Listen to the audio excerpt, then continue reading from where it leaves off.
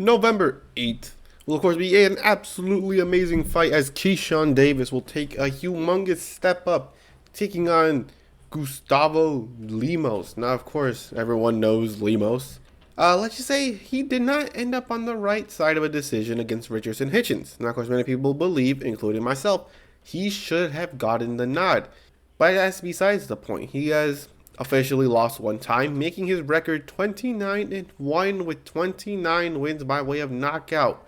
Nicknamed El Electrico, he has a very weird record. You look at his records, don't get me wrong, some good names. By that I mean not a lot, like at all, right? Lee Selby's a decent name.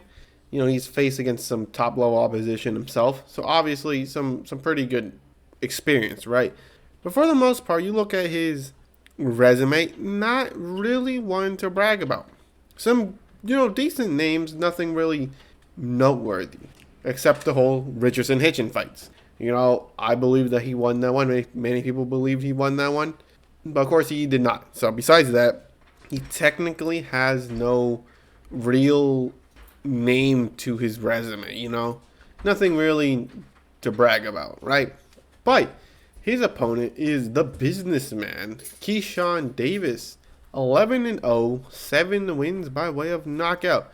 He is coming off of the unanimous decision win against Miguel Madueno. Good win. Everyone basically gave him all 9 rounds, or 9 rounds out of 10. But before that, he won 6-round stoppage against Jose Pedraza. Which, fair enough, I did pick Pedraza to win that fight, but hindsight's 2020. I forgot that he moved up from 135 a long time ago, so yeah. But besides that, he also has beaten Anthony Yigit. That's a very good win for the most part, right?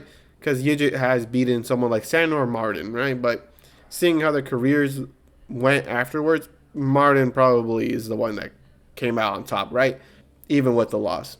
But this is a very interesting fight because I have seen 2 other fights which is somewhat similar to this one.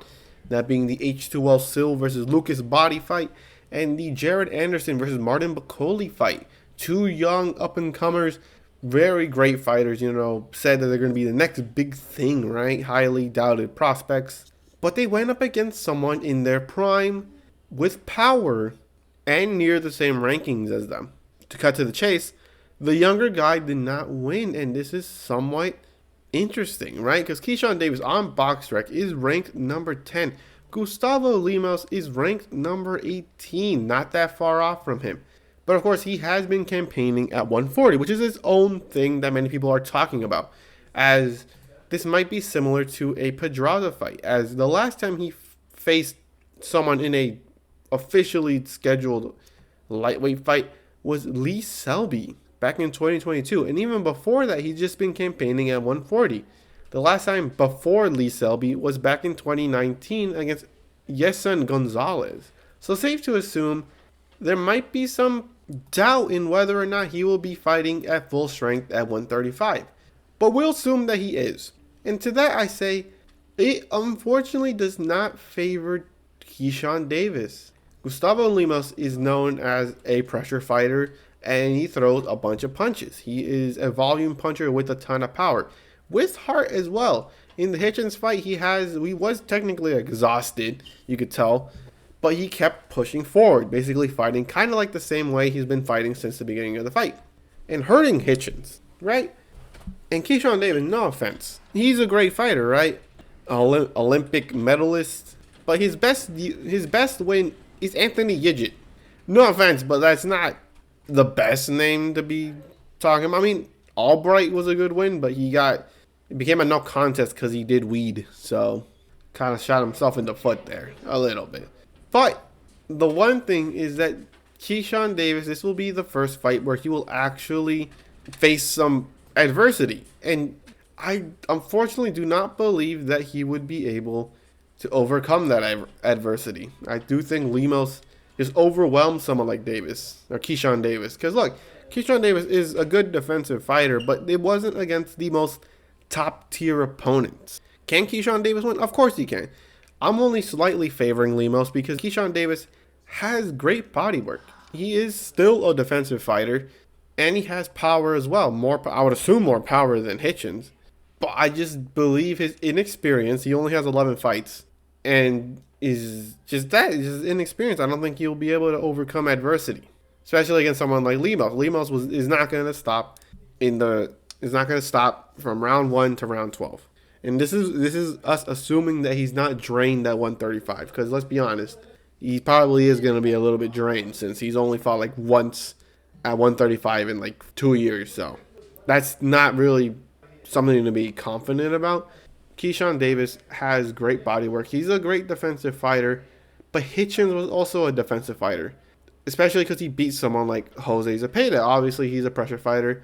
He's fought against the best. Obviously, nowadays he's not doing too well, but for the most part, back in the day, he was a great fighter, right? He basically outboxed him for all the fight.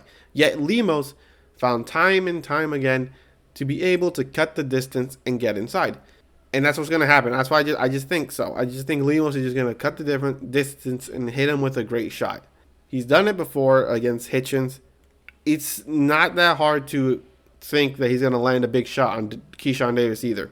So besides that, final predictions, I do got Gustavo Lemos beating Keyshawn Davis probably by stoppage. Slightly. Because look, we're gonna be rooting for Keyshawn Davis. He seems like a good fighter. Definitely has a lot more to prove, I guess you could say. But I just think they might be underestimating Lemos a little bit.